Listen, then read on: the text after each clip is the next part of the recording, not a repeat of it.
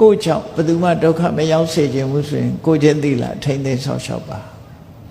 ကိုချင်းသီလဆိုတာသူများဒုက္ခမပေးတဲ့အလုပ်ပဲနော်သူများဒုက္ခပေးတယ်ဆိုတာသိတယ်မဟုတ်လား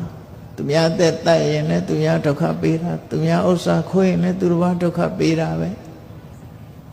ကာမကိစ္စတွေမှာမမယွင်လို့ရင်လည်းသူများဒုက္ခပေးတာပဲလေလိန်ပြောရင်လည်းသူများကိုဒုက္ခပေးတာပဲတုံးနဲ့တူမတက်အောင်ခုံးတိုက်ထားလည်းပဲဒုက္ခပေးတာဆဲတာရေးတာလည်းဒုက္ခပေးတာဒီကနေ့ခေတ်တော့ပါဇက်ကတောင်ထုတ်မစို့လက်နဲ့ရေးပြီးတော့ Facebook ကဆဲနော်ဆဲပုံဆဲနည်းတွေမျိုးစုံပဲအဲ့ဒါတွေဟာကိုကျင့်သီလပျက်စီးခြင်းရဲ့အဓိပ္ပာယ်တွေပဲ